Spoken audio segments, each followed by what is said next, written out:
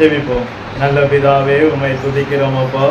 எதற்குமே தகுதி இல்லாத எங்களை உம்முடைய சன்னதை கூட்டி சேர்த்த தயவுக்காய் உமக்கு ஸ்தோத்திரம் கர்த்தாவே. இம்மட்டும் நீர் எங்களை நடத்தி வந்த எல்லா கிருபைகளுக்காக உமக்கு ஸ்தோத்திரம் அப்பா. இனிமேலும் நீரை நடத்த போகிற கிருபைகளுக்காக உமக்கு ஸ்தோத்திரம் கர்த்தாவே. இயேசுவே, இந்த ஒரு மணி நேரம் உம்முடைய பாதத்திலே உட்கார்ந்து கர்த்தாவே உம்மிடத்திலிருந்து கற்றுக்கொள்ள போகிறோம் அப்பா. நீரே எங்களுக்கு கற்றுத்தாரோம் கர்த்தாவே. உம்முடைய வார்த்தை சொல்லுவதற்கு கர்த்தாவே இந்த வீட்டை திறந்து தந்து அந்த அம்மாக்காய் ஜெபிக்கிறோம். அவர்களை நீரே ஆசீர்வதியும். உம்முடைய பிரசனமும் உம்முடைய கிருபை அவர்களோடு கூட இந்த வழி நடத்தணுமே. அவர்கள் குடும்பத்தை நீரே ஆசீர்வதிக்கணுமே. உம்முடைய நாமம் மாத்திரம் மகிமைப்படட்டும். இயேசுவின் நாமத்தினால் ஜெபங்கேலும். ஜீவனுள்ள நல்ல பிதாவே, ஆமென். பரலோகத்தை குறித்ததான வெளிப்பாடு என்கிற தலைப்பிலே நாம் இன்னைக்கு பார்க்க போறது மூன்றாவது பரதேஸ். அதாவது முதலாவது பரதேசு பரலோக பரதேசு, இரண்டாவது பரதேசு ஆதியில் இருந்த பரதேசு, மூன்றாவது பரதேசு ஆதாம் ஏவாள் வாசம் பண்ணின பரதேசு. இந்த ஆதாம் ஏவாள் வாசம் பண்ண பரதேச பற்றி தான் நாம இன்னைக்கு பார்க்க போறோம். இந்த பூமி, இந்த பரதேசு, அந்த பரதேசத்துல யாரு வாசம் பண்ணினால்? ஆதாமும் ஏவாளும். நீங்க ஆதியாகமம் 1ஆம் அதிகாரம்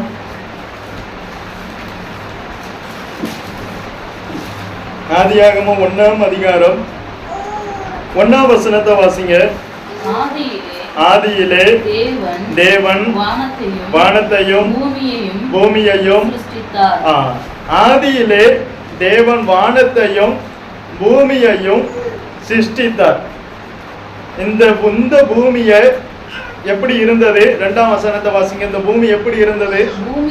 பூமியானது ஒழுங்கின்மையும். தேவன் வானத்தையும் பூமியையும் சிருஷ்டித்தார். அந்த பூமியானது ஏன் ஒழுங்கின்மையும் வெறுமையுமாய் இருந்திருக்கா போக காரணம் என்ன என்பதை நம்ம போன வாரம் பார்த்தோம். இந்த வாரம் நம்ம பார்க்க போறது இந்த பூமியானது ஒழுங்கின்மையும் வெறுமையுமாய் இருக்கிறது. இதை கர்த்தர் மறுசீரமைப்பு செய்வார். இதை என்ன செய்ய போறாங்க? மறுசீரமைப்பு செஞ்சுதான் ஆதாம் ஏவாள் கையில கொடுங்க. இந்த மறுசீரமைப்பு செய்வதற்கு 3 பேர் செய்வாங்க. பிதா, குமாரன், பரிசுத்த ஆவி. இந்த மூவரும் சேர்ந்துதான் இந்த பூமியை மறுசீரமைப்பு செஞ்சது. யாரெல்லாம்? பிதா, குமாரன், பரிசுத்த ஆவி. நீங்க ஆதியாகமம் 1ஆம் அதிகாரம் 1ஆம் வசனத்தை திரும்ப வாசிங்க. ஆதியிலே தேவன் வானத்தையும் பூமியையும். அப்ப சிருஷ்டிப்பு வேலை யாருடையது?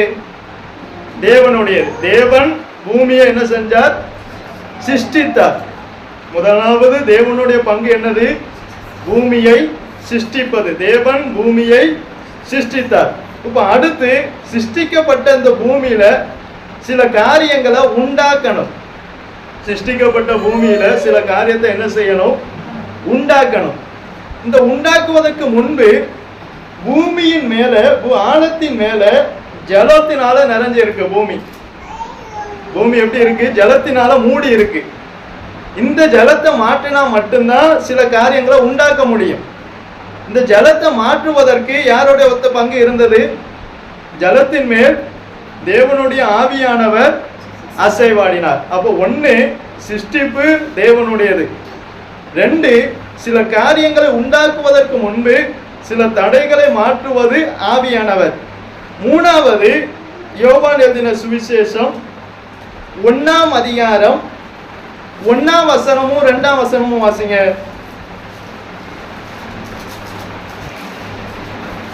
யோவான் எழுதின சுவிசேஷம் 1ஆம் அதிகாரம் 1ஆம் வசனமும் 2ஆம் வசனம். ஆதியிலே வார்த்தை இருந்தது. அந்த வார்த்தை தேவனிடத்தில் இருந்தது. அந்த வார்த்தை தேவனாய் இருந்தது. அவர் ஆதியிலே தேவனோடு இருந்தார். சகலமும் அவர் மூலமாய். யார் மூலம்? ஆதியிலே வார்த்தை இருந்தது. அந்த வார்த்தை தேவனிடத்தில் இருந்தது. அந்த வார்த்தை தேவனாய் இருந்தது. அவர் ஆதியிலே தேவனோடு இருந்தார். யாரு யாரு தேவனோடு இருந்தார்? வார்த்தையானவர். வார்த்தை அதாவது ஆதியிலே வார்த்தை இருந்தது, அந்த வார்த்தை தேவனோடு இருந்தது, அந்த வார்த்தை தேவனாய் இருந்தது. அவர் ஆதியிலே தேவனோடு இருந்தார். சகலமும் அவர் மூலமாய். யார் மூலமாய்? எபிரேயர் 1:2 வாசிங்க.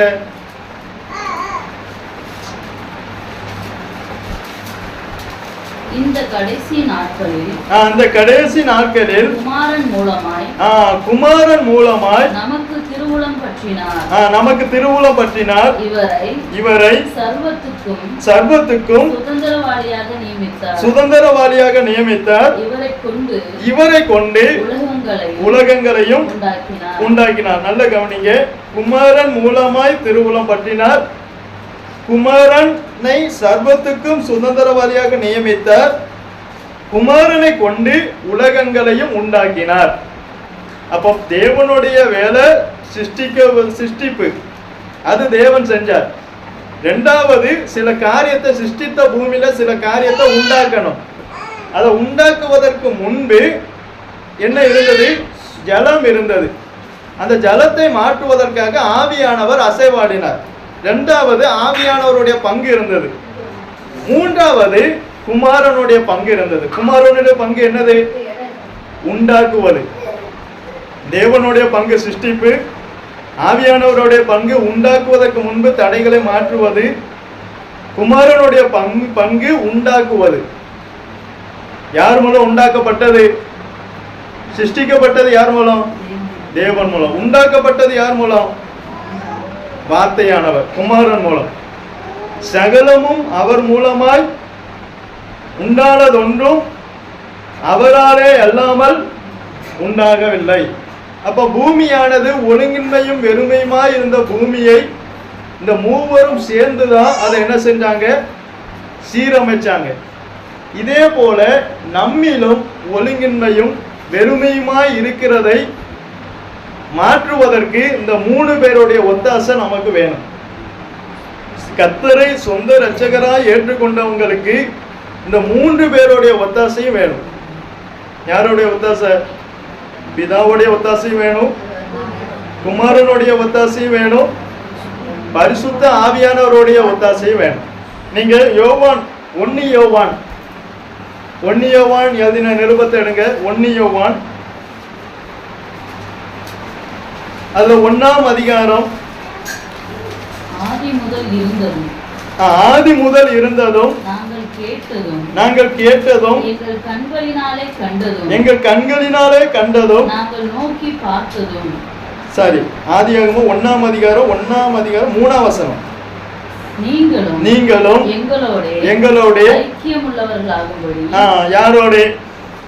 எங்களோட ஐக்கியம் உள்ளவர்கள் ஆகும்படி நாங்கள் கண்டும் கேட்டும் இருக்கிறதை உங்களுக்கும் அறிவிக்கிறோம். எங்களுடைய ஐக்கியம் பிதாவோடும் அவருடைய அப்போ ஒருவனுடைய ஐக்கியம் பிதாவோடும் இருக்கணும், குமாரனாகிய இயேசு கிறிஸ்துவோடும் இருக்கணும், ஆவியானவரோடும் இருக்கணும். ஏன்னா ஆவியானவர் அவருக்குள்ளே வாசம் பண்ணினார். அதனாலதான் எங்களுடைய ஐக்கியம் பிதாவோடும் அவருடைய குமாரனாகிய இயேசு கிறிஸ்துவோடும் இருக்கு. அப்ப இந்த 3 பேரோடு நமக்கு என்ன இருக்கணும்? ஐக்கியம் இருக்கணும். அப்பந்தான் நாம சீர்பட முடியும், ஸ்திரப்பட முடியும், பலப்பட முடியும், நில நிற்க முடியும். பிதாவோடும் ஐக்கியம் இருக்கணும், குமாரனாகிய இயேசு கிறிஸ்துவோடும் ஐக்கியம் இருக்கணும், பரிசுத்த ஆவியானவரோடும் ஐக்கியம் இருக்கணும். இந்த 3 பேருடைய ஐக்கியமும் கர்த்தரை சொந்த இரட்சகராய் ஏற்றுக்கொண்டவங்களுக்கு மிக மிக மிக முக்கியமானது. ஏன்னா பூமியானது ஒழுங்கின்மையும் வெறுமையுமாய் இருந்தது. அதை சீரமைப்பதற்கு யார் ஒத்தாசை இருந்தது? 3 ஒத்தாசையும் இருந்தது. இதே போல நம்மிலும் சில சீரமைப்பு என்ன செய்ய வேண்டியிருக்கு? செய்யப்பட வேண்டியிருக்கு. நாமும் எப்படி இருக்கோம்? ஒழுங்கின்மையும் வெறுமையுமாய் தான் இருக்கும். இன்னும் நம்மளை என்ன செய்ய வேண்டியிருக்கு? சீர்படுத்த வேண்டியிருக்கு. அதுக்கு இந்த 3 பேரோடைய நாம் ஐக்கியமா இருந்தால் மட்டும்தான் நாம் என்ன செய்ய முடியும்? சீர்பட முடியும், ஸ்திரப்பட முடியும், பலப்பட முடியும், நிலைநிற்க முடியும். இந்த 3 பேரோடும் நமக்கு ஐக்கியம் இல்லை ஆனால் நம்ம சீர்படவும் முடியாது, ஸ்திரப்படவும் முடியாது, பலப்படவும் முடியாது, கர்த்தருக்காக நிலைநிற்கவும் முடியாது. யோவான் அப்போஸ்தலன் சொல்றார், எங்களுடைய ஐக்கியம் பிதாவோடும் குமாரனாகிய இயேசு கிறிஸ்துவோடும் இருக்கிறது. அந்த யோவான் அப்போஸ்தலனை கொதிக்கிற எண்ணெயில போட்டாங்க, ஆனா அவனுடைய சரீரம் ஒன்றும் செய்யல. எவ்வளவு போராட்டத்திலும் நம்மளை நிக்க வைக்கிறது எது? நம்முடைய திறமையோ நம்முடைய நீதியோ அல்ல, பிதாவோடும் குமாரனாகிய இயேசு கிறிஸ்துவோடும் பரிசுத்த ஆவியானவரோடும் ஐக்கியம். அந்த ஐக்கியம் தான் நம்மளை நிக்க பண்ணும் இந்த பூமியில. இந்த 3 பேருடைய ஒத்தாசை நமக்கு வேணும். இந்த 3 பேருடைய ஐக்கியமும் நமக்கு கண்டிப்பா வேணும். பிதாவோடும் ஐக்கியம் வேணும், குமாரனாகிய இயேசு கிறிஸ்துவோடும் ஐக்கியம் வேணும், பரிசுத்த ஆவியானவரோடும் நமக்கு ஐக்கியம் வேணும். இந்த 3 பேரும் தான் நம்மளை என்ன செய்வார்? சீர்படுத்துவார், ஸ்திரப்படுத்துவார், பலப்படுத்துவார், நிலைநிறுத்துவார். அப்ப நமக்கு இந்த 3 பேருடைய ஒத்தாசையும் கண்டிப்பாக வேணும். அப்ப பூமியை கர்த்தர் சிருஷ்டித்தார். அந்த பூமியை மறுசீரமைப்பு பண்ணுவதற்கு இந்த 3 பேருடைய ஒத்தாசையும் இருந்தது. இந்த பூமியை எப்ப சிருஷ்டித்தார்? ஆதியிலே என்ன செஞ்சிட்டார்? பூமியை சிருஷ்டித்தார். இப்ப கர்த்தர் என்ன செஞ்சார்? இந்த பூமியை மறுசீரமைப்பு செஞ்சார். இந்த பூமி என்ன செஞ்சார்? மறுசீரமைப்பு செஞ்சார். இந்த பூமியில எதை உண்டாக்கணுமோ அதை உண்டாக்கினார். இப்ப முதலாவது பூமியை கர்த்தர் என்ன செஞ்சிட்டார்? சிருஷ்டித்து அதை மறுசீரமைப்பு செய்தார். இப்ப பூமியில ஏதேன் தோட்டத்தை எங்க வைக்காருன்னு பாருங்க. ஆதியாகமம் 2ஆம் அதிகாரம் 8ஆம் வசனத்தை வாசிங்க. தேவனாகிய கர்த்தர் கிழக்கே ஏதேன் என்னும் ஒரு தோட்டத்தை உண்டாக்கி தாம் உருவாக்கின மனுஷனை அதிலே வைத்தார். ஏதேன் என்னும் தோட்டத்தை எங்க இருக்கு? கிழக்கு பகுதியில இருக்கு. அதாவது பூமியை கர்த்தர் சிருஷ்டித்தார். பூமியில ஏதேன் என்னும் தோட்டம் எங்க இருக்கு? தோட்டம்னா நம்ம நினைக்கிற மாதிரி இந்த சின்ன தோட்டம் அது கிடையாது. அது ஒரு நாடு. தோட்டம் கிழக்க இருக்கு. எங்க இருக்கு? பூமியில கிழக்கு பகுதியில ஏதேன் என்னும் தோட்டம் இருக்கு. அதற்கப்புறம் நீங்க ஆதியாகமம் 1ஆம் அதிகாரம் 9ஆம் வசனத்தை வாசிங்க. பின்பு தேவன் வானத்தின் கீழே இருக்கிற ஜலம் ஓரிடத்திலே சேரவும் வெட்டாந்தரை காணப்படவும், அதாவது பூமியில முதலாவது ஏதேன் தோட்டத்தை உண்டாக்கினார். 2வது சமுத்திரத்தை ஒரு பக்கம் ஒதுக்கினார். ஜலத்தை ஓரிடத்துல சேர பண்ணார். சமுத்திரத்தை உண்டாக்கினார். 2வது வெட்டாந்தரையை உண்டாக்கினார். 3வது 4வது காடு. நம்ம ஊர்ல இருக்கிற மாதிரிதான் நம்ம ஒரு நாட்டில் இருக்கோம். காடு எங்க இருக்கு? தனியா இருக்கு. ஏன்னா கர்த்தர் சிருஷ்டிக்கும் போது காட்டு மிருகங்களை என்ன செஞ்சார்? உண்டாக்கினார். காட்டு மிருகங்களையும் கர்த்தர் என்ன செஞ்சார்? உண்டாக்கினார். அப்ப அதுக்கு என்ன வேணும்? காடு வேணும். அதாவது பூமியில 4 தான் இருந்தது. ஒன்னு ஏதேன் தோட்டம், இன்னொன்னு சமுத்திரம், இன்னொன்னு வெட்டாந்தரை, இன்னொன்னு காடு. இப்ப ஆதாமும் ஏவாளும் எங்க இருக்காங்க? ஏதேன் என்னும் தோட்டத்துல இருக்காங்க. இவங்களுடைய வேலை பலுகி பெருகணும். இந்த வெட்டாந்தரையெல்லாம் தோட்டமா மாத்தணும். இதே போலதான் சபைக்குரிய வேலையும். சபையும் பலுகி பெருகணும். அநேக இடங்கள்ல என்ன இல்லை? வெட்டாந்தரையா தான் இருக்கு, சபை இல்லை. சபை இல்லாத இடத்துல எல்லாம் நாம பலுகி பெருகணும். அதுதான் நம்முடைய வேலை. அதற்காக தான் தோட்டமாகிய சபையில நம்மளை கர்த்தர் வச்சார். நம்மளை தோட்டமாகிய சபையில கர்த்தர் வைக்க என்ன காரணம்? என்ன? பலுகி பெருகணும். இதற்காக தான் நீங்க வாசிங்க. ஆதியாகமம் 1ஆம் அதிகாரம் 28ஆம் வசனத்தை வாசிங்க. பின்பு தேவன் அவர்களை நோக்கி நீங்கள் பலுகி பெருகணும். நம்ம குடும்பம் பழுகுது பெருகுது, ஆனா சபை பழுக மாட்டுக்கு, பெருக மாட்டுக்கு. குடும்பத்துக்கு குறித்த நாம நோக்கத்தை சபைக்கு இன்னும் அதிகமா கொடுக்கல. சபை பழுகி பெருகணும். அதற்காக தான் சபையில நம்மள என்ன செஞ்சார், வச்சார். சபையில நம்ம வைக்க நோக்கம் என்ன, பழுகி பெருகணும். இப்படி ஆதாமி ஏவாளை எங்க வச்சார், ஏதேன் என்னும் தோட்டத்துல வச்சார். இந்த ஏதேன் என்னும் தோட்டத்துல எத்தனை விருட்சம் இருந்தது? ஆதியாகமம் 1ஆம் அதிகாரம், ஆதியாகமம் 2ஆம் அதிகாரம் 9ஆம் வசனத்தை வாசிங்க. எத்தனை வகையான மரம் இருக்கு? தேவனாகிய கர்த்தர் பார்வைக்கு அழகும் புசிப்புக்கு நலமுமான சகலவித விருட்சங்களையும் தோட்டத்தின் நடுவிலே ஜீவ விருட்சத்தையும் நன்மை தீமை அறியத்தக்க விருட்சத்தையும் பூமியிலிருந்து முளைக்க பண்ணினார். அப்ப தோட்டத்துல எத்தனை மரம் இருக்கு? 3 விதமான மரம் இருக்கு. ஒன்னு பார்வைக்கு அழகும் புசிப்புக்கு நலவுமான சகல வித விருட்சம், இது ஒண்ணு. இன்னொன்னு ஜீவ விருட்சம். இது எங்க இருக்கு? ஜீவ விருட்சம் எங்க இருக்கு? தோட்டத்தின் நடுவுல இருக்கு. 3வது நன்மை தீமை அறியத்தக்க விருட்சம். இந்த 3 மரங்களையும் எங்க வச்சார் கர்த்தர்? ஏதேன் என்னும் தோட்டத்தில். இந்த குடும்பங்களுக்கு மிகப்பெரிய கிஃப்ட் ஒண்ணு உண்டு. என்ன கிஃப்ட் கர்த்தர் கொடுத்தார்னு பாருங்க. ஆதியாகமம் 1ஆம் அதிகாரம் 28ஆம் வசனத்துல பின்பாகத்தை வாசிங்க, கடைசி லைன். தேவன் அவர்களை ஆசீர்வதித்தார். சபையில இருக்கிற ஏதேன் தோட்டத்துல இருக்கிற குடும்பத்தை யார் ஆசீர்வதித்தார்? தேவன் அவர்களை ஆசீர்வதித்தார். அப்ப சபையில உள்ள குடும்பங்களை யார் ஆசீர்வதிப்பார்? தேவன் ஆசீர்வதிப்பார். இதான் இந்த குடும்பத்துக்கு கிடைத்த மகா பெரிய கிஃப்ட். தேவனால் ஆசீர்வதிக்கப்படணும். நாம் யாரால் ஆசீர்வதிக்கப்படணும்? தேவனால் ஆசீர்வதிக்கப்படணும். உலகம் கொடுக்கிற ஆசீர்வாதமும் உண்டு, நாம தேடி போற ஆசீர்வாதமும் இருக்கு, தேவன் ஆசீர்வதிக்கிற ஆசீர்வாதமும் இருக்கு.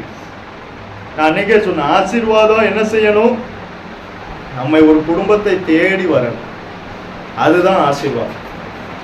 ஓபேத் ஏதோமுடைய வீட்டை தேடி என்ன வந்தது?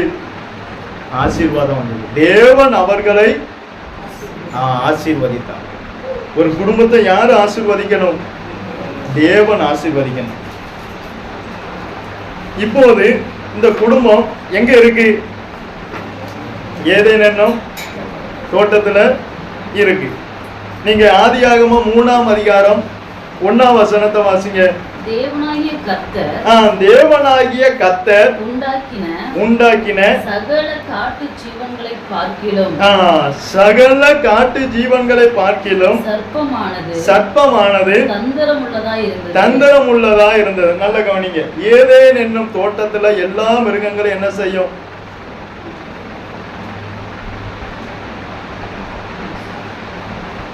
ஏதேன் என்னும் தோட்டத்துக்குள்ள எல்லா மிருகங்களும் என்ன செய்யும்? பேசும். ஏதேன் என்னும் தோட்டத்துல எல்லா மிருகங்களும் என்ன செய்யும்? பேசும்.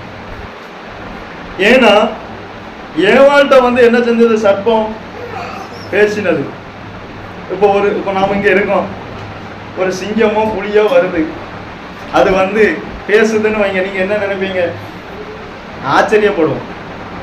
ஆனா இங்க ஏதேன் என்னும் தோட்டத்துல ஒரு சர்ப்பம் வருது. சர்ப்பம் ஏவாள்கிட்ட பேசுது. ஆனா ஏவாளுக்கு என்ன தெரியல? ஆச்சரியமா தெரியல. ஏன்னா ஏதேன் என்னும் தோட்டத்துல எல்லா மிருகங்களும் என்ன செய்யும்? பேசும். நீங்க அந்த ஆதியாகமம் 3ஆம் அதிகாரம் 1ஆம் வசனத்தை வாசிங்க. தேவனாகிய கர்த்தர் உண்டாக்கின சகல காட்டு ஜீவன்களை பார்க்கிலும் சர்ப்பமானது தந்திரமுள்ளதா இருந்தது. அப்ப தோட்டத்துக்குள்ள என்ன வந்தது? தந்திரம் வந்தது. சபைக்குள்ள என்ன வரும்? தந்திரம் வரும். உள்ள என்ன வரும்? சபைக்குள்ள காட்டு ஜீவன்கள் வரும். சபைக்குள்ள என்ன இருக்கும்? தந்திரம். நம்ம சபையிலும் தந்திரம். சர்ப்பமானது எப்படி இருக்கு? தந்திரம் உள்ளதா இருக்கு. வாசிங்க. அது ஸ்திரீயை நோக்கி, நீங்கள் தோட்டத்தில் உள்ள சகல விருட்சங்களின் கனியையும் புசிக்க வேண்டாம் என்று தேவன் சொன்னது உண்டோ என்றது.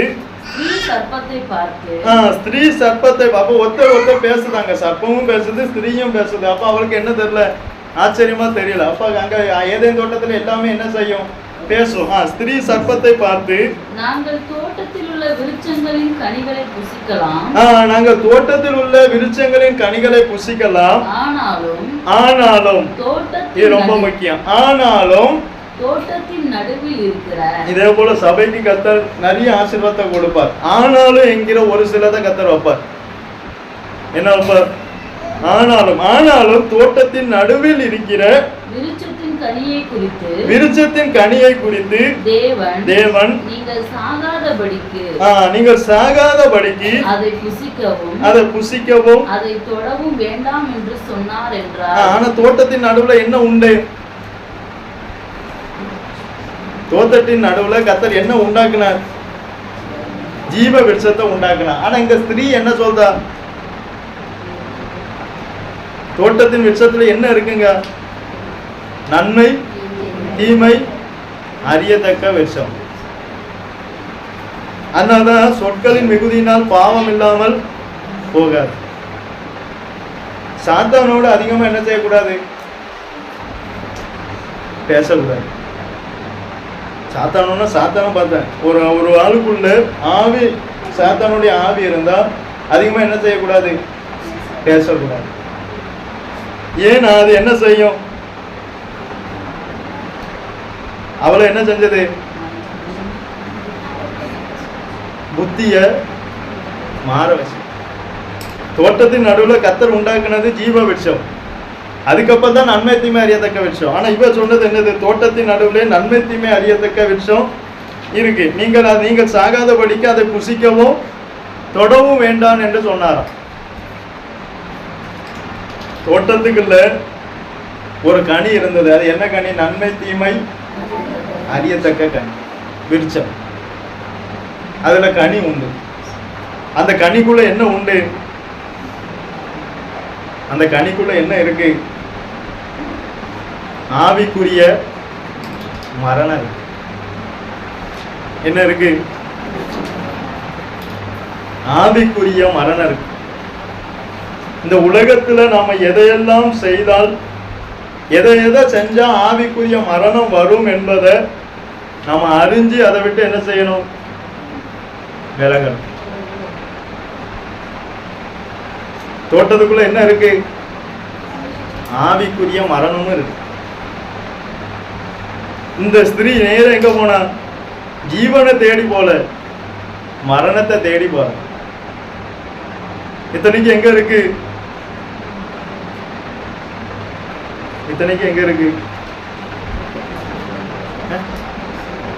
அநேகர் மரணத்தை தேடி போக காரணம் என்ன? சாத்தான்.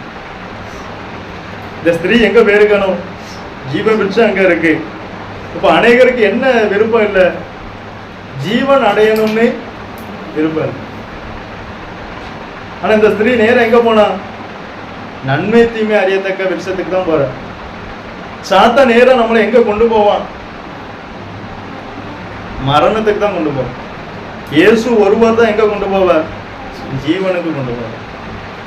அதனாலதான் பவுல் சொல்லுவார், என்ன சொல்லுவார்? கிறிஸ்து எனக்கு ஜீவன், சாவு எனக்கு ஆதாயம். ஒரு சப மரணத்தை என்ன செய்யணும்? ஆதாயமா சம்பாதி, கிறிஸ்துவ ஜீவனா ஏற்றுக்கொள்ளணும். அவங்களுக்கு என்ன கிடையாது? மரணம் கிடையாது. ஆனா இந்த குடும்பம் கிறிஸ்துவ ஜீவனா ஏற்றுக்கொள்ளணும். ஜீவ விருட்சத்துக்கு போல. எங்க போல? ஜீவ விருட்சத்துக்கு போல. அப்ப இந்த உலகத்துல எதையெல்லாம் ஆவிக்குரிய மரணம் இருக்கோ அதெல்லாம் விட்டு என்ன செய்யணும்? இந்த உலகத்துல ஆவிக்குரிய மரணத்தை ஏற்படுத்துகிற அநேக காரியம் என்ன செய்யுது? இருக்கு. நான் சொல்றது சரீர மரணம் இல்ல, ஆவிக்குரிய மரணம். இயேசு இந்த விஷத்தை உண்டு பண்ணிட்டு என்ன சொன்னார்?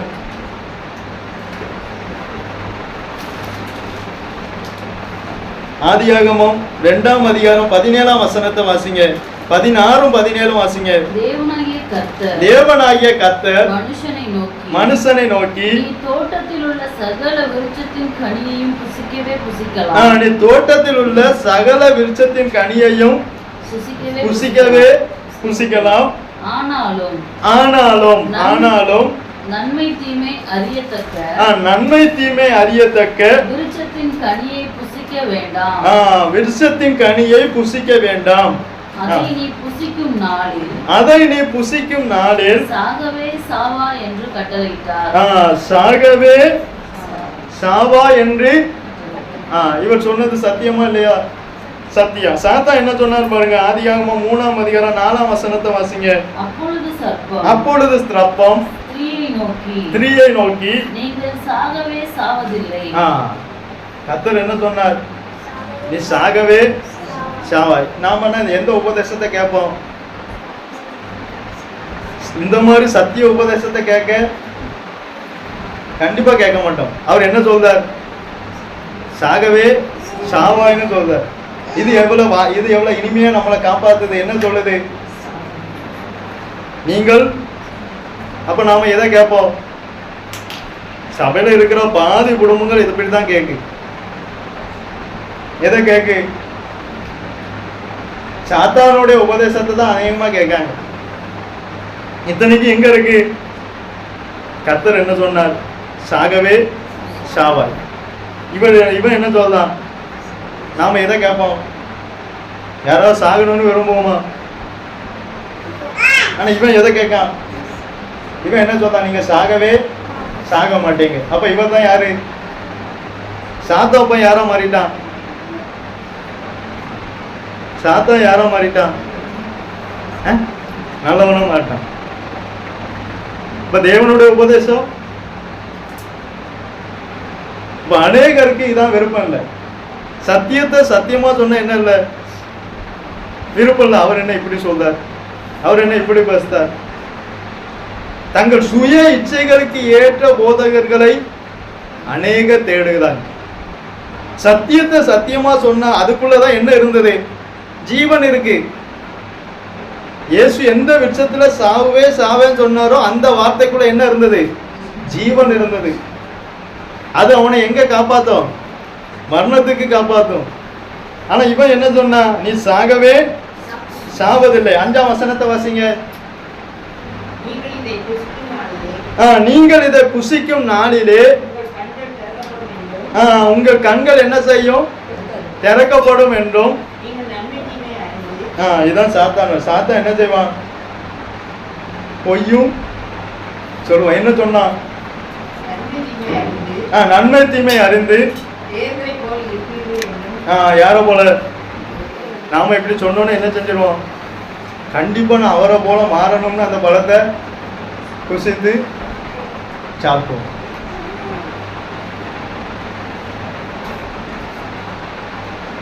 அதிகமா ஒரு சபையில் உள்ள பிலிவர் குடும்பம் எதை கேட்கணும்? சத்தியத்தை கேட்கணும். அது உங்களை ஜீவனுக்கு நேராக நடத்துமானால் அதை கண்டிப்பா என்ன செய்யணும்? கேட்கணும். இந்த ஏவாள் இந்த சத்தியத்தை கேட்க காரணம் என்ன? ஏவாள் இந்த விருட்சத்துக்கிட்ட போக காரணம் என்ன? ஆதாமுக்கும் ஏவாளுக்கும் என்ன இல்லை? ஐக்கியம் இல்லை. இந்த விருட்சத்துக்கிட்ட போகும்போது யார் இல்லை? ஆதாம். நமக்கும் தேவனுக்கும் என்ன இருக்கணும்? கண்டிப்பா ஒரு குடும்பத்துக்கும் பிதாவோடும் குமாரனாகி இயேசு கிறிஸ்துவோடும் பரிசுத்த ஆவியானவரோடும் ஐக்கியம் இருக்கணும். இந்த மூவரோடும் கண்டிப்பா என்ன இருக்கணும்? ஐக்கியம் இருக்கணும். இந்த ஐக்கியம் தான் ரொம்ப முக்கியம். அப்ப இந்த ஸ்திரீக்கு யாரோட ஐக்கியம் இல்லை? ஆதாமோட ஐக்கியம். நமக்கு யாரோட ஐக்கியம் இருக்கணும்? தேவனோட ஐக்கியம் இருக்கணும். நீங்க வாசிங்க ஆதியாகமம் 3ஆம் அதிகாரம் 6ஆம் வசனத்தை வாசிங்க. அப்பொழுது அப்பொழுது ஸ்திரியானவள் அந்த விருட்சம் புசிப்புக்கு நல்லதும் பார்வைக்கு இன்பமும். அப்போ அநேகர் இப்படிதான் கேட்காங்க, சத்தியம் எப்படி இருக்கணும்? காதுக்கு இனிமையா இருக்கணும். பிரசங்கம் எப்படி இருக்கணும்? காதுக்கு இனிமையா இருக்கணும். வாய்க்குள்ள போகும்போது எப்படி போகணும்? மதுரமா போகணும். அப்படிதான் கேட்காங்க. புசிப்புக்கு நல்லதும் பார்வைக்கு இன்பமும்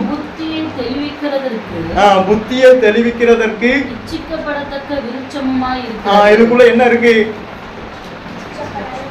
இச்சை இருக்கு. அதனாலதான் இயேசு இது மரணம்னு சொல்ல காரணம், சாகவே சாவாயின்னு சொல்ல காரணம். இச்சை தான் ஒருத்தங்களை எங்க கொண்டு போவோம்? மரணத்துக்கு கொண்டு போவோம். இச்சிக்கப்படத்தக்க விருட்சமுமாய் இருக்கிறது என்று கண்டு அதன் கனியை பறித்து புசித்து தன் புருஷனுக்கும் கொடுத்தார். அதாவது இந்த இப்ப பொதுவா உலகத்துல நாம மாத்திரம் கிட மாட்டோம், மற்றவனும் என்ன செய்வோம்? சேர்த்துதான் கெடுப்போம். இவ என்ன செஞ்சா?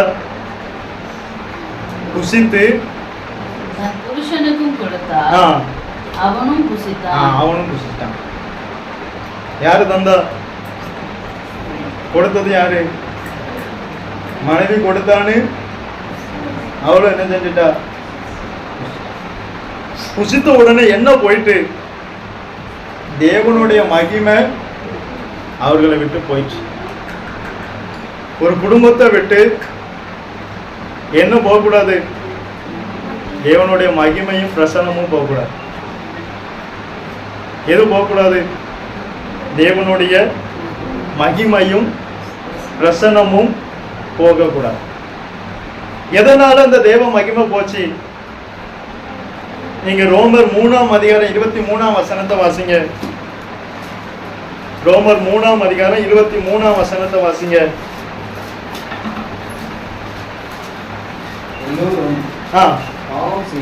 எல்லாரும் பாவம் செய்து தேவ மகிமை இழந்தது யாரு? ஆதாமும் ஏவாளும். ஆனா பவுல் என்ன சொல்றார்? எல்லாரும் பாவம் செய்து தேவ மகிமை அற்றவர்களாகி. நீங்க அதே ரோமர் 5:19 வாசிங்க. அன்றியும் ஒரே மனுஷனுடைய கீழ்ப்படியாமையினாலே அப்ப ஏவாளும் ஆதாமும் கீழ்ப்படியாததினாலே என்ன வந்தது? அநேகர் பாவிகளாக்கப்பட்டாங்க. யாரு கீழ்ப்படியல? ஆதாமும். இப்ப ஜட்ஜி இருக்கார், ஒருத்தர் தப்பு செஞ்சா அவருக்கு தான் என்ன செய்வார்? தண்டனை கொடுப்பார். ஆனா இங்க என்ன நடக்கு? ஆதாம் ஏவாள் பாவம் செஞ்சாங்க, அவங்க கீழ்ப்படியல, அதுக்கே அநேகர் பாவிகளாக்கப்பட்டாங்க. அப்ப கீழ்ப்படியாமை, ஒரு குடும்பத்துல ஒரு ஆள் சத்தியத்துக்கு கீழ்ப்படியல ஆனாலும் அந்த குடும்பமே எதுக்குள்ள ஆகும்? கீழ்ப்படியாமைக்குள்ள அடக்கி போடுவோம். ஒரு ஆள் சத்தியத்துக்கு கீழ்ப்படியல ஆனாலும் அந்த குடும்பமே எதற்குள்ள ஆயிரும்? கீழ்ப்படியாமைக்குள்ள. இப்ப அநேக குடும்பத்துல என்ன இல்லை? கீழ்ப்படியாம தான் அதிகமா இருக்கு, கீழ்ப்படிதலே இல்லை. இந்த கீழ்ப்படியாமைனாலதான் அநேகர் என்ன செஞ்சாங்க? இந்த கீழ்ப்படியாமை எப்போது வந்தது? ஐக்கியம் இல்லாததுனால். தேவனுக்கும் நமக்கும் ஐக்கியம் இருந்தா என்ன இருக்கும்? கீழ்ப்படிதல் இருக்கும். தேவனுக்கு நமக்கு ஐக்கியம் இல்லைன்னா நம்முடைய சுபாவங்கள் மாறும். தேவனுக்கும் நமக்கும் ஐக்கியம் இருக்கும்போது உள்ள சுபாவம் வேற. நம்ம வீட்டில் கண்டுபிடிக்கலாம், நம்ம வீட்டில் உள்ளவங்ககிட்ட அதை என்ன செய்யலாம்? கண்டுபிடிக்கலாம். அவங்க எந்த அளவுக்கு தேவனோட ஐக்கியமா இருக்காங்க என்பதை சுபாவத்துல தெரியும். சில சுபாவங்கள் மாறும் போது அவங்க நாம புரிஞ்சுக்கலாம். கொஞ்சம் கேப்பு ஆயிட்டு. இங்க ஆதாமுக்கும் தேவனுக்கும் என்ன ஆயிட்டு? ஐக்கிய பலம் வந்துட்டு, அதனால சுபாவம் மாறிட்டு. ஆனா உண்மையை சொன்னா நம்மகிட்ட இன்னும் சுபாவம் என்ன செய்ய மாட்டேங்குது? மாறாம தான் இருக்கு. ஏன்னா இன்னும் நாம தேவனோடு கூட நெருங்கல். இப்ப பாஸ்டர் ஐயா தேவனோடு கூட நெருங்குன்னு சொன்னா யாரு ஏற்றுக்கொள்வாங்க? இல்லையே. நான் நல்லா என்ன செய்தேன்? ஜெபம் பண்ணேன். கிரியை வெளியில உள்ளதல்ல, இருதயம் யாரோட இருக்கணும், அதான் முக்கியம். நான் அன்னைக்கே சொன்னேன், நீங்க 10 மணி நேரம் உட்கார்ந்து ஜெபம் பண்றதை கர்த்தர் பார்க்க மாட்டார். அந்த 10 மணி நேரம் உட்கார்ந்து இருக்கும் போது உங்க இருதயம் இயேசுவோடு கூட எத்தனை மணி நேரம் இருக்குங்கிறதான் பார்ப்பார். அதுதான் கணக்கு. இருதய ஐக்கியம் தான் முக்கியம், இருதய பந்தம் தான் முக்கியம். ஏனோக்கு தேவனோடு கூட சஞ்சரித்தான். இருதயம் எங்க இருந்தது? தேவனோடு. 10 மணி நேரம் ஜெபம் பண்ணான்பா, எவ்வளவு ஐக்கியமா இருக்கு. அது அல்ல, இருதயம் எவ்வளவு நேரம் இயேசுவோடு இருக்கு, அது ரொம்ப முக்கியம். அதனாலதான் அவிகள் வந்து என்ன, உம்முடைய ஆத்மா ஜீவனுள்ளோருடைய கட்டிலே கட்டப்பட்டிருக்கணும். எப்பொழுதும் எங்க இருக்கணும் நம்முடைய ஆத்மா? கிறிஸ்துவுடனே கூட தேவனுக்குள்ள மறைந்திருக்கணும். அந்த ஐக்கியத்தை விடக்கூடாது. இப்ப அநேக குடும்பங்கள் முதலாவது ஸ்பிரிச்சுவலுக்கு இடம் கொடுக்கல, முதலாவது உலகத்துக்கு தான் இடம் கொடுக்காங்க. ஸ்பிரிச்சுவல் கடைசியா மாத்திட்டாங்க, ஏன்னா கடைசி காலம். அதனால ஸ்பிரிச்சுவல் எங்க போயிட்டு, ஐக்கியம் எங்க போயிட்டு கடைசி. முதலாவது ஐக்கியம் எங்க? தேவன்கிட்ட இருக்கணும். ரெண்டாவது தான் குடும்பம். முதல் ஐக்கியம் தேவனோட ஐக்கியம் இருக்கணும். எங்க இருக்கணும்? தேவனோட. தேவனோட ஐக்கியம் தான் நமக்கு என்னது ரொம்ப முக்கியம். இப்ப இவங்க கீழ்ப்படியாமைனால பாவிகள் ஆனாங்க, தேவ மகிமை போச்சு. உடனே என்ன ஆயிட்டு? ஆதியாகமம் 3ஆம் அதிகாரம் 17வது வசனத்தை வாசிங்க. பின்பு அவர் ஆதாமை நோக்கி நீ உன் மனைவியின் வார்த்தைக்கு செவி கொடுத்து. கர்த்தருடைய வார்த்தைக்கு செவி கொடுக்காம வேற யாருடைய வார்த்தைக்கு செவி கொடுத்தாலும் அது எதா போகும்? கன்னியா மாறும். அதான் கன்னி. நம்ம கன்னினா ஏதோ பெரிய பெரிய கன்னின்னு நினைக்கணும். இதுவும் என்னது? ஒரு கன்னி. இவன் என்ன செஞ்சான்? நீ உன் மனைவியின் வார்த்தைக்கு செவி கொடுத்து புசிக்க வேண்டாம் என்று. சத்தியத்தை விட்டு மீற வைக்கிற எந்த ஒரு வார்த்தைக்கும் கீழ்ப்படிய கூடாது. அதுக்கான நாம மனைவிக்கே கீழ்ப்படி சொல்ல கேட்க கூடாதுன்னு சொல்லக்கூடாது. சத்தியத்தை மீறுது இந்த வார்த்தை. நல்ல கவனிக்க. புசிக்க வேண்டாம் என்று சொன்ன கனியை அவ புசிக்க கொடுக்கா. இது சத்தியத்தை மீற பண்ணுதா. அந்த வார்த்தைக்கு ஆதாம் என்ன செஞ்சான்? செவி கொடுத்தான். செவி கொடுத்தனால என்ன ஆச்சு? பூமி உன் நிமித்தம், இவ பெரிய பாவம் செய்யலையே, ஆனா இவன் நிமித்தம் பூமியே என்ன செஞ்சுட்டு சபிக்கப்பட்டு போச்சு. ஏன்? கீழ்ப்படியாம. நம்ம கொலை செய்ய மாட்டோம், மற்ற எந்த பாவம் செய்ய மாட்டோம். தேவனுக்கு கீழ்ப்படியாமையே எங்க கொண்டு போயிரும்? சாபத்துக்கு நேரா கொண்டு போயிரும். பூமி உன் நிமித்தம் சபிக்கப்பட்டிருக்கும். நீ உயிரோடு இருக்கும் நாளெல்லாம் வருத்தத்தோட அதன் பலனை புசிப்பாய். இந்த பூமி சபிக்கப்பட்டு போனதுனாலதான் இப்ப உள்ள பறவைகள் என்ன செய்ய மாட்டேங்குது? எந்த ஒரு மிருகங்களும் பேச. கர்த்தர் அதை மாயைக்கு ஒப்பு கொடுத்தார். யார் செஞ்ச பாவத்தினால? ஆதாம் செஞ்ச பாவம். ஆதாம் செஞ்ச பாவத்தினால இப்ப மிருக ஜீவன்கள் எல்லாம் என்ன செய்யுது? தவிக்கி. அது முன்பு பேசும், இப்ப பேச முடியாம தவிக்கி. நீங்க ரோமர் 8ஆம் அதிகாரத்தை எடுங்க.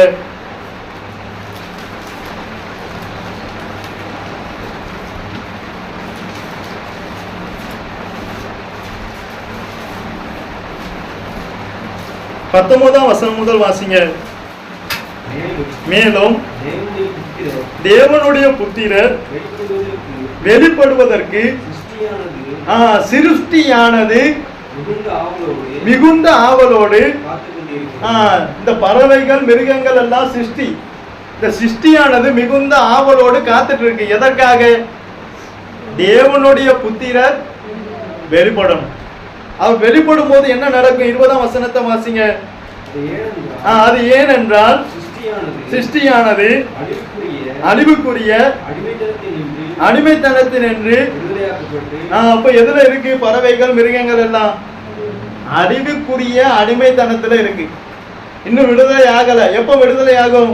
தேவனுடைய புத்திரர் வெளிப்படும் போது அது விடுதலையாகும். அதற்காக தேவனுடைய பிள்ளைகளுக்குரிய மகிமையான சுயாதீனத்தை பெற்றுக்கொள்ளும் தேவனுடைய பிள்ளைகளுக்குரிய ஒரு மகிமை உண்டு. என்ன மகிமை? ஆதாம் ஏவாளுடைய மகிமை. அந்த மகிமையை, சுயாதீன மகிமையை பெற்றுக்கொள்ளும் என்கிற நம்பிக்கையோடு அந்த சிருஷ்டியானது சுய இஷ்டத்தினால அல்ல, கீழ்ப்படுத்தினவராலேயே. நம்மளை கத்த சத்தியத்துக்கு கீழ்ப்படுத்தி இருக்க. நாம எத்தனை பேர் சத்தியத்துக்கு கீழ்பட்டு போறோம்? இத மாயைக்கு கீழ்ப்படுத்தி இருந்தார். அதனால இந்த மிருகங்கள் எல்லாம் மாயைக்கு கீழ்பட்டு போகுது. நாம நம்மளை கத்த சத்தியத்துக்கு கீழ்படுத்தி வச்சிருக்க. நாம எத்தனை பேர் சத்தியத்துக்கு கீழ்பட்டு போறோம்? கொஞ்சம் யோசிங்க. இத மாயைக்கு கத்தர் கீழ்படுத்தினவராலேயே அது மாயைக்கு கீழ்பட்டிருக்கு. நம்மளை கத்த சத்தியத்துக்கு கீழ்படுத்தினவராலேயே நாம எத்தனை பேர் சத்தியத்துக்கு கீழ்படுதோம்? 21ஆம் வசனத்தை வாசிங்க, 22ஆம் வசனத்தை வாசிங்க. ஆகையால் நமக்கு தெரிந்திருக்கிறபடி இதுவரைக்கும் சர்வ சிருஷ்டியும் ஏகமாய் தவித்து பிரசவ வேதனை பட்டு இருக்கு. என்ன பண்ணுது? ஸ்திரீகள் பட்டா 10 மாசம். ஆனா இது தேவனுடைய புத்திரர் வெளிப்படுகிற வரைக்கும் பிரசவ வேதனை படும். அந்த மகிமையை திரும்ப பெறுவதற்காக நம்பிக்கையோட காத்திருக்கு. 2 கீழ்பட்டு இருக்கு, 3 பிரசவ வேதனைப்படுது. என்ன வேதனை வந்தாலும் எதற்கு கீழ்ப்படியணும்? சத்தியத்துக்கு நாம கீழ்பட்டு இருக்கணும். தேவனுக்காக நம்பிக்கையோட காத்திருக்கணும். இதுல அந்த பாடத்தை நம்ம படிக்கணும். இதுக்கு பிரசவ வேதனை. ஆனா இதுக்கு எதுக்கு கீழ்பட்டு இருக்கு? அப்ப நமக்கு என்ன சோதனை, என்ன வருமான குறைவு வந்தாலும் நாம நினைப்போம், சத்தியத்துக்காக கீழ்பட்டு இருக்கப்போ எனக்கு ஒண்ணுமே கிடைக்கலையே, இவ்வளவு வேதனை அனுபவிக்கணும், இவ்வளவு சோதனை அனுபவிக்கணும், இதுக்கும் ஒண்ணும் கிடைக்கல. இது பிரசவ வேதனைப்படுது. ஆனாலும் அது என்ன செய்யுது? கீழ்பட்டு இருக்கு. இதே போல நமக்கு என்ன வந்தாலும் என்ன செய்யணும்? சத்தியத்துக்கு கீழ்பட்டு இருக்கும். வேதனை வரும். உங்களுக்கு உலகத்திலே உபத்திரவங்கள் உண்டு, இல்லைன்னு சொல்லல, உண்டுன்னு தான் சொன்னேன். ஆகையிலும் திடம் கொள்ளுங்க, நான் உலகத்தை அவர் கூட இருக்க. அப்ப இது நம்பிக்கையோட காத்திருக்கு, கீழ்பட்டு இருக்கு, பிரசவ வேதனையும் படுது. எதுக்கு? இத்தனைக்கு மாயைக்கு கீழ்பட்டு இருக்கு, பிரசவ வேதனை பட்டுட்டு இருக்கு. இத்தனைக்கு நாம அந்த மிருகத்தை தான் என்ன செய்வோம்? கல்லை தூக்கி எறிவோம். சும்மா போற மிருகத்தையும் நாம என்ன செய்வோம்? கல்லத்தை என்னெல்லாமோ சொல்லுவோம். ஆனா அது என்ன செய்யுது? பிரசவ வேதனை பட்டுட்டு இருக்கு. என்னைக்கு எனக்கு அந்த சுயாதீனம் மகிமை வரும் அப்படின்னு நம்பிக்கையோட காத்துட்டு இருக்கு. அது மாயைக்கு கீழ்பட்டு இருக்கு. புரியுதா? இப்ப ஆதாமும் ஏவாளும் பாவம் செஞ்சனால மிருகங்கள் எல்லாம் என்ன செய்யுது? மாயைக்கு கீழ்பட்டு இருக்கு. இப்ப ஆதாமுக்கும் ஏவாளுக்கும் கத்த என்ன செஞ்சாரு அதை மாத்திரம் பார்த்துட்டு முடிச்சிருவோம். ஆதியாகமம் 3ஆம் அதிகாரம் 21ஆம் வசனத்தை வாசிங்க. தேவனாகிய கர்த்தர் ஆதாமுக்கும் அவன் மனைவிக்கும் தோல் உடைகளை உண்டாக்கி அவர்களுக்கு உடுத்தினார். அப்ப ஏதோ ஒரு ஆடு என்ன செஞ்சிருக்காங்க? அடிக்கப்பட்டது. என்ன செய்யப்பட்டது? நீங்க வெளிப்படுத்தல் 13ஆம் அதிகாரம் 8ஆம் வசனத்தை வாசிங்க. வெளிப்படுத்தல் எழுதின விசேஷம் 13ஆம் அதிகாரம் 8ஆம் வசனத்தை வாசிங்க. உலக தோற்றம் முதல் அடிக்கப்பட்ட, அப்ப உலக தோற்றம் முதலே ஒரு ஆட்டுக்குட்டி என்ன செய்யப்பட்டது? அது யாருக்காக? ஆதாம் ஏவாளுக்காக. அந்த ஆட்டுக்குட்டியை அடித்து ஒரு தோல் உடைய உண்டாக்கி கொடுத்தார். தோல் உடைய சிருஷ்டிக்கல, தோல் உடைய உண்டாக்கி கொடுத்தார். இதே போல நம்முடைய பாவங்களுக்காக ஆட்டுக்குட்டி என்ன செய்யப்பட்டது? உலகத்தின் பாவத்தை சுமந்து திரிக்கிற ஆட்டுக்குட்டி நமக்காக அடிக்கப்பட்டது. அடிக்கப்பட்ட வழியினால் நமக்கு என்ன வஸ்திரம் கிடைத்தது? ரட்சிப்பின் வஸ்திரம். இவங்களுக்கு தோளுடைய உண்டாக்கி கொடுத்தார், நமக்கு என்னது? ரட்சிப்பின் வஸ்திரம். இப்ப ஆதாமையும் ஏவாளும் எங்க போயிட்டாங்க? ஏதேனை விட்டு போயிட்டாங்க. எங்க போயிட்டாங்க? ஏதேன் தோட்டத்தை விட்டு போயிட்டாங்க. உடனே அங்க என்ன வைக்கப்பட்டது? ஆதியாகமம் 3ஆம் அதிகாரம் 24ஆம் வசனத்தை வாசிங்க. அவர் மனுஷனை துரத்தி விட்டு ஜீவ விருட்சத்துக்கு போகும் வழியை காவல் செய்ய. அப்ப அங்க அதுக்கு முந்தி காவல் இல்ல, ஜீவன் திறந்தே தான் வச்சிருந்திருக்க. ஆனா இவங்களுக்கு போக மனது இல்ல. அநேகர் இப்ப அப்படிதான் இருக்காங்க. அநேகருக்கு ஜீவனுக்கு நேரா போக நீங்க எங்கனாலும் போயிருவோம், சபைக்கு ஒழுங்கா வருவோமா? நீங்க கொஞ்சம் யோசிங்க. ரேஷன்கள்ல கூட்டம்னாலும் போயிடுவோம், எவ்வளவு லேட்டானாலும் ரேஷன் கடைக்கு போயிடுவோம், எங்கனாலும் நம்ம போயிடுவோம். ஆனா ஜீவனுக்கு போற வழிக்கு மட்டும் நமக்கு தாமதம் ஆகும், மனசு வராது. இத்தனைக்கு இங்க திறந்தா இருந்திருக்கு. இப்பதான் வழியை காவல் செய்ய என்ன வைக்காது? கேருபீனா வச்சிருக்காரு. அப்ப திறந்தா இருந்திருக்கு ஜீவன். ஆனா போக மனதில்லை. கோழி தன் குஞ்சுகளை சேர்த்து கொள்ளும் வண்ணமாக நான் உங்களை சேர்த்துக்கொள்ள மனதா இருந்தேன், ஆனா உங்களுக்கோ மனதில்லாமல் போயிடுச்சு. சிறகு விரிச்சே தான் இருக்கு. ஆனா இவங்களுக்கு தான் அதுக்குள்ள போக மனசு இல்லை. இவங்களுக்கு தான் அதுக்குள்ள போக என்ன இல்லை? மனசு இல்லை. இப்ப இவங்களை வெளியே அனுப்பிட்டு என்ன செஞ்சார்? ஜீவ விருட்சத்துக்கு போகும் வழியை காவல் செய்ய ஏதேன் தோட்டத்துக்கு கிழக்கே கேருபீன்களையும் வீசி கொண்டிருக்கிற. அப்ப ஏதேன் தோட்டத்துல வாசல்ல என்ன இருக்கு? சுடரொளி பட்டயம். உப்பும் இல்ல. இந்த சம்பவத்துல என்ன இருக்கு? சுடரொளி பட்டயம் இருந்தது. எபிரேய மொழியில இந்த சுடரொளி பட்டயம் சுற்றி சுற்றி வீசும். எந்த பக்கம் உள்ள போக முடியாது ஏதேன் தோட்டத்துக்குள்ள. இந்த பட்டயம் எங்க இருக்கு? ஏதேன் தோட்டத்தின் வாசல், ஜீவ விருட்சத்துக்கு போற வழியில இருக்கு. ஒருத்தருக்கு என்ன கிடைக்காது? ஜீவன் கிடைக்காது. இப்படிப்பட்ட பட்டயத்தை இயேசு என்ன செஞ்சார்? நமக்கு சமாதானத்தை உண்டு பண்ணும் ஆக்கினை அவர் மேல் வந்தது. இந்த பட்டயம் யார் மேல வந்தது? மெய்ப்பனை வெட்டுவேன், ஆடுகள் சிதறிக்கப்படும். இந்த பட்டயம் எங்க எங்க எழும்பிச்சு? மெய்ப்பன் மேல எழும்பிச்சு. இயேசு கிறிஸ்து மேல ஏற்றுக்கொண்டார். நம்ம மேல விழ வேண்டியது இயேசு மேல விழுந்தது. இயேசு நமக்காக அடிக்கப்பட்டார், இயேசு நமக்காக நொறுக்கப்பட்டார், நமக்கு சமாதானத்தை கொடுப்பதற்காக அவர் நொறுக்கப்பட்டார். என்னுடைய சமாதானத்தை உங்களுக்கு வைத்து போகிறேன். இப்போ அங்க பட்டயம் என்ன இல்லை? இல்லை. இப்ப ஜீவனுக்கு போற வழி யாருனாலும் என்ன செய்யலாம்? அங்க இப்போ பட்டயம் கிடையாது. ஏன்னா பட்டயத்தை இயேசு ஏற்றுக்கொண்டார், நமக்கு ஜீவனை தந்தார். அந்த நான் ஜீவன் உண்டாயிருக்கவும் அந்த ஜீவன் பரிபூர்ணப்படவுமே வந்தேன். இப்போ அங்க காவல் இல்லை, பரலோகத்தை திறந்து தந்திருக்கிறார். நீங்க வெளிப்படுத்தல் எத்தனை விசேஷம்? 4ஆம் அதிகாரம் 1ஆம் வசனத்தை வாசிங்க. இவைகளுக்கு பின்பு இதோ பரலோகத்தில் திறக்கப்பட்டிருந்த ஒரு வாசலை கண்டேன். அப்ப பரலோகம் எப்படி இருக்கு? திறந்தே தான் இருக்கு. இந்த கிருபையின் வாசல்ல தான் அடைக்கப்படும், திறந்தே தான் இருக்கு. இப்ப என்ன இருக்கு? நமக்கு தான் மனது வேணும். நமக்கு தான் என்ன வேணும்? மனது வேணும். அது திறந்தே தான் இருக்கு. ஏதேன் தோட்டத்துல இருந்தாலும் எங்க போக மனசு இல்லை. அப்ப சபையில எத்தனை பேர் இருந்தாலும் பரலோகம் போவாங்கன்னு உறுதியா சொல்ல முடியாது. இப்ப 50 பேர் இருந்தாலும் 50 பேர் போவாங்கன்னு சொல்ல முடியாது. மனது எத்தனை பேருக்கு இருக்குங்கிறது தான் முக்கியம். இவங்க ஏதேன் தோட்டத்துல தான் இருந்தாங்க, ஆனா ஜீவனுக்கு போகிற வழிக்கு போக மனசு இல்லை. கோழி தன் குஞ்சுகளை எத்தனை தரமோ சேர்த்துக்கொள்ளும் வண்ணமாக அவர் சேர்த்துக்கொள்ள மனதோடு இருக்கார். ஆனா நமக்கு போக மனசு இல்லை. நாம கேட்ட என்ன சொல்லுவோம்? நேரம் இல்லை. ஏதாவது ஒரு சொல்லுவோம், சாக்கு போக்கு. சாக்கு போக்கு சொன்னவர்கள் யாருமே தேவனுடைய ராஜ்யத்துக்கு போகல, கானான் தேசத்துக்கு போகல. நான் திரும்பவும் சொல்றேன், நீங்க பரலோகம் போகணும்னா முதலாவது மனது வேணும். உன் இருதயம் எங்கேயோ அங்கதான் உன் பொக்கிஷம். நம்ம இருதயம் வல்லாது அங்க இருக்கணும். இயேசு எப்படியாவது காணணுமே, பரலோகம் போகணுமே, என்ன செய்யணும்? எப்பொழுதும் ஆவலோடு இந்த பறவைகளே தேவனுடைய புத்திர வெளிப்படுவதற்கு என்ன செய்யுது?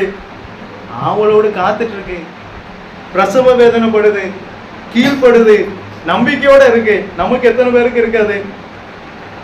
இல்ல. சின்ன ஒரு பிரச்சனை வந்தோடனே தேவனுடைய ராஜ்யமே மங்கி போகுது. தேவனுடைய ராஜ்யத்தை குத்ததான தரிசனம் போயிருது. சின்ன ஒரு பிரச்சனை. ஆனா இது இத்தனை வரைக்கும் பிரசவ வேதனைப்பட்டு இருக்கு, அவ்வளவு வேதனையை தாங்கிட்டு இருக்கு. அதன் மத்தியிலும் ஆவலோடு காத்திருக்கு, அதன் மத்தியிலும் நம்பிக்கையோட இருக்கு, அதன் மத்தியிலும் கீழ்பட்டு இருக்கு. ஆனா ஆகாயத்து பறவைகளை பார்க்கலும் நாம விசேஷித்தவர்கள் அல்லவா? நாம எவ்வளவு தூரம் இருக்கணும், அதெல்லாம் கத்த சொல்லணும். நமக்கு கத்த தந்த கிருபைய மகிமைய நினைத்து ஜீவனுக்கு போற வழிக்கு எப்போது நமக்கு என்ன இருக்கணும்? மனசு இருக்கணும். என்ன இருக்கணும்? இப்போ ஒருத்தன் வந்து கேட்கான், ஐயா நித்திய ஜீவனை சொந்த இருப்பாக்கு நான் என்ன செய்யணும் கேட்டானா? கேட்கலையா? இயேசு என்ன சொன்னார்? நீ எல்லாவற்றையும் விட்டுட்டு உன சிலுவையை எடுத்துட்டு, அப்ப சிலுவையை எடுக்கணும்னா என்ன காரணம்? அவன் சாகணும். ஆனா அப்ப அநேகருக்கு என்ன இல்லை? ஐயா ஜீவனுக்கு போகணும்னா முதல்ல நாம என்ன செய்யணும்? நாம சொல்லணும். மரணத்தை நான் சொல்லலை, நம்மகிட்ட சாக வேண்டியது சாகணும். அவனை என்ன வந்து கேட்டான்? ஐயா நித்திய ஜீவனை சுதந்திரத்துக்கு நான் என்ன செய்யணும்?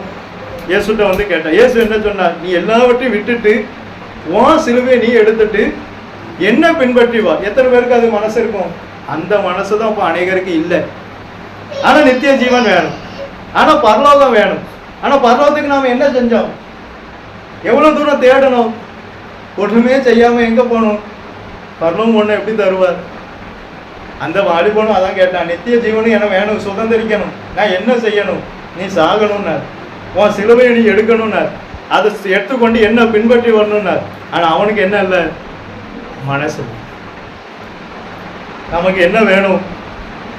மனசு. மற்ற வீட்டோட இங்க நல்ல உண்மையா, மற்ற வீட்டில் நம்ம பேசணும், இங்க நல்லா இருக்கும். மனசு வேணும். புதுசா நிறைய பேர் வந்திருக்காங்க. என்ன வேணும்? மனசு.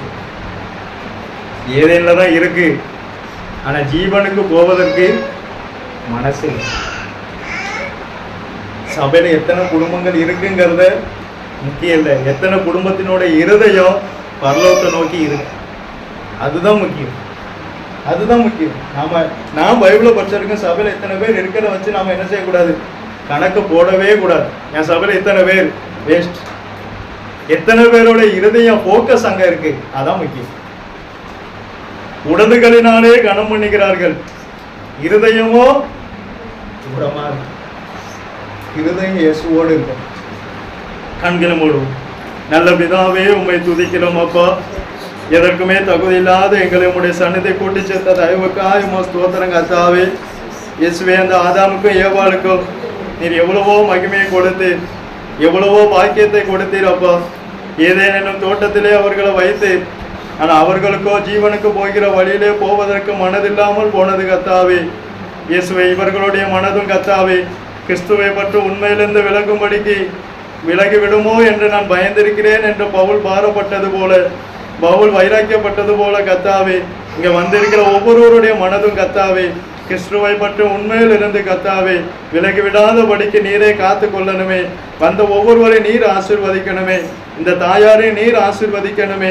உம்முடைய வார்த்தையை அனுப்புவதற்கு கர்த்தாவே வாசலை திறந்து தந்தார்கள் அப்பா. அது எவ்வளவு பெரிய பாக்கியம் கர்த்தாவே. அதற்கு நீர் ஆசீர்வதிக்க போற கிருபைக்காய் உமக்கு ஸ்தோத்திரம். அவர்கள் குடும்பத்தை நீர் ஆசீர்வதிக்கணுமே. அவர்களுடைய பாரங்கள் ஏக்கங்கள் எல்லாம் நீ மாற்றி கொடுக்கணுமே. ரட்சிக்கப்படாதவர்கள் எல்லாம் ரட்சிக்கப்படட்டும் அப்பா. நீரே இரக்கம் செய்ய போகிற கிருபைக்காய் உமக்கு ஸ்தோத்திரம். உம்முடைய நாம மாத்திரம் மகிமைப்படட்டும். இயேசுவின் நாமத்தினால் ஜெபங்கேளும் ஜீவனுள்ள நல்ல பிதாவே, ஆமென். என் ஆத்துமாவே கர்த்தரை சோதரி, என் முழு உள்ளமே பரிசுத்த நாமத்தை சோதரி. என் ஆத்துமாவே கர்த்தரை சோதரி, கர்த்தர் செய்த சகல உபகாரங்களை மறவாதே. ஆமென்.